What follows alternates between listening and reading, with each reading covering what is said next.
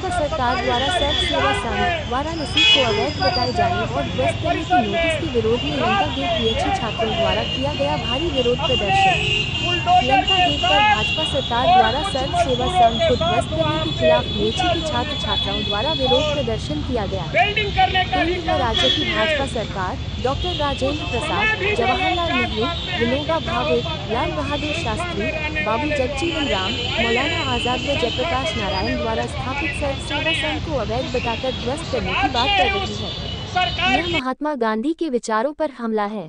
देश की जनता राष्ट्रीय विरासत पर हमला बर्दाश्त नहीं करेगी।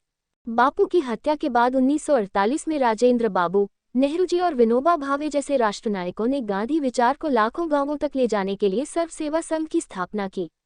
समाज को हिंसा, घृणा, कट्टरता और अंधेरे के रास्ते से बचाकर करुणा, दया, रचनात्मकता, प्रेम और प्रकाश के रास्ते पर ले आने के लिए राष्ट्रीय कार्यक्रम बनाया। आज श्री नरेंद्र मोदी जी की बीजेपी सरकार बनारस में उसी सर्वोदय संस्थान को अवैध बताकर तोड़ना चाह रही है। हम बीएचयू के छात्र छात्रा राष्ट्रीय स्वयं सेवक संघ और बीजेपी की इस साजिश की मुखालफत करते हैं, नकारते हैं। हम सब सर्व सेवा संघ के समर्थन में एकजुटता में साथ खड़े हैं। लड़ाई साफ है, एक ओर सावरकर और नाथूराम को प्रेरणा मानने वाले हैं, दूसरी ओर महात्मा गांधी को मानने वाले हैं। चूंकि आज सावरकर को मानने वाले कुर्सियों पर काबिज है, इसलिए राष्ट्रपिता महात्मा गांधी की विरासत पर हमला है। रेलवे प्रशासन ने पैसे लिए हैं अपने अकाउंट में। रेलवे के अधिकारियों की सेल डीड पर हस्ताक्षर हैं। 1960 में बने कागज पर 2023 में सवाल उठाया जा रहा है। कहा जा रहा है कि कागज जाली है। सिर्फ इतना ही नहीं, रेलवे और सर्व सेवा संघ का आपस में गहरा नाता रहा है।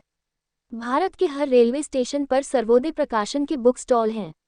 आज भी रेलवे टाइम टेबल के किताबों के पन्ने पलटिए तो आप पाएंगे कंसेशन नियम के पन्ने पर सर्व सेवा संघ के सम्मेलन के लिए रेल भाड़े में कंसेशन के नियम लिखे हुए हैं। किसी अन्य ट्रस्ट संस्था के लिए क्या रेलवे ऐसा करती है?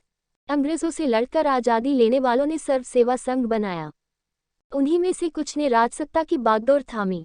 तब के समय लोकसेवकों की ये फौज जो गांव से बापू के ग्राम स्वराज का सपना सिद्ध करने निकली थी, और कांग्रेस पार्टी जो बापू के हिंद स्वराज को लागू करने निकली थी, लगभग एक तल पर सोच समझ रख रहे थे।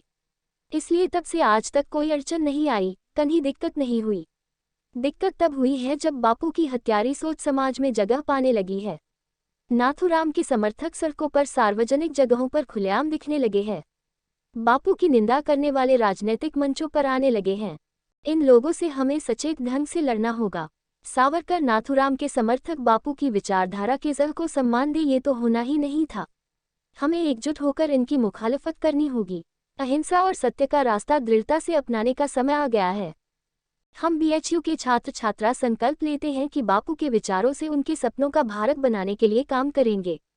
हम सर्व सेवा संघ परिसर बचाने की लड़ाई में कंधे से कंधा मिलाकर सर्वोदय साथियों के साथ खड़े रहेंगे। सभा में प्रमुख रूप से रैनी, इंदु पांडे, मारुति मानव, समरेंद्र, उमेश, जितेंद्र, प्रियदर्शन, विनय, प्रिंस यादव, संदीप, शशि, अमरेंद्र, शुभम, पीयूष, शिवराज, मोहित, धनंजय आदि मौजूद रहे। मैं समरेंद्र प्रताप और मैं काशी हिंदू विश्वविद्यालय का छात्र हूं, और ये हम सब यहाँ पे आज गैदर हुए हैं कि महात्मा गांधी सर्व सेवा संघ जो है राजघाट बनारस में, उसको अवैध करार करके तोड़ने का काम कर रही है ये भाजपा सरकार। ये भाजपा सरकार बेरोजगारी, युवा के रोजगार और यहाँ पे बढ़ते अत्याचार और बढ़ते प्रॉब्लम को नहीं देखते कभी। ये बस या तो हिंदू मुस्लिम या गांधी आइडियोलॉजी को ख़त्म करना चाहते हैं। गांधी आइडियोलॉजी वही आइडियोलॉजी है जो हमको अधिकार देता है कि सामने वाले से मैं क्वेश्चन करूं, इक्वलिटी की बात करूं, राइट की बात करूं, डेमोक्रेसी की बात करूं। डेमोक्रेसी को ख़त्म कर दिया जा रहा है, महंगाई की बात ना करूं और इसी सब में उलझ के रहूं, और गांधी जैसे विचारों को ख़त्म करने का काम कर रही है। गांधी वही गांधी है जो यहाँ पे उनके संस्थानों को तोड़ा जाता है, लेकिन अमेरिका में जाने के बाद या ऑस्ट्रेलिया में जाने के बाद वही गांधी के नीचे नमस्तक होना पड़ता है। तो मैं गांधी विरोधियों को बोलना चाहूँगा, गांधी एक विचारधारा ही नहीं है, गांधी एक संपूर्ण मानव को एक अधिकार देता है कि वो क्वेश्चन करे, महंगाई की बात करे, रोजगार की बात करे, बेरोजगारी की बात करे, और जो बढ़ रहे या अपराध जो बढ़ रहे हैं यूपी में उसकी बात करे।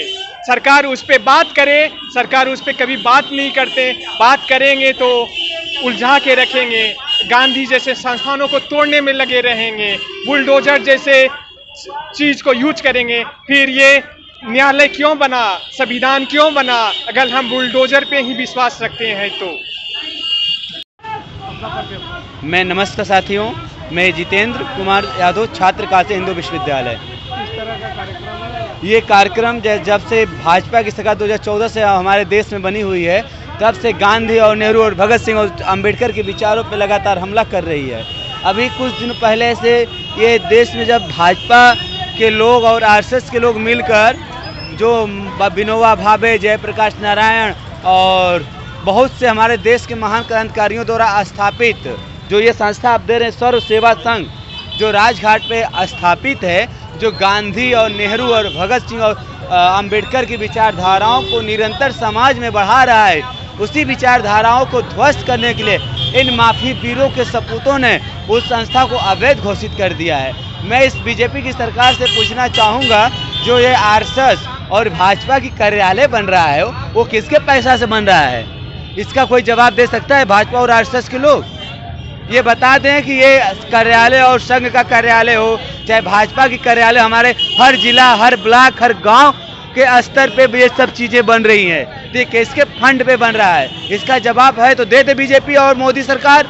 और आपके मीडिया के माध्यम से मैं ये कहना चाहूँगा, जो हमारे देश के नायक हुए हैं, जैसे भगत सिंह, सुभाष चंद्र बोस, चंद्रशेखर आज़ाद, महामना पंडित मदन मोहन मालवीय और गांधी जी, नेहरू, ये लोग निरंतर समाज में उनकी प्रासंगिकता बनी हुई है और इनके विचार समाज के लिए हमेशा हावी रहे हैं।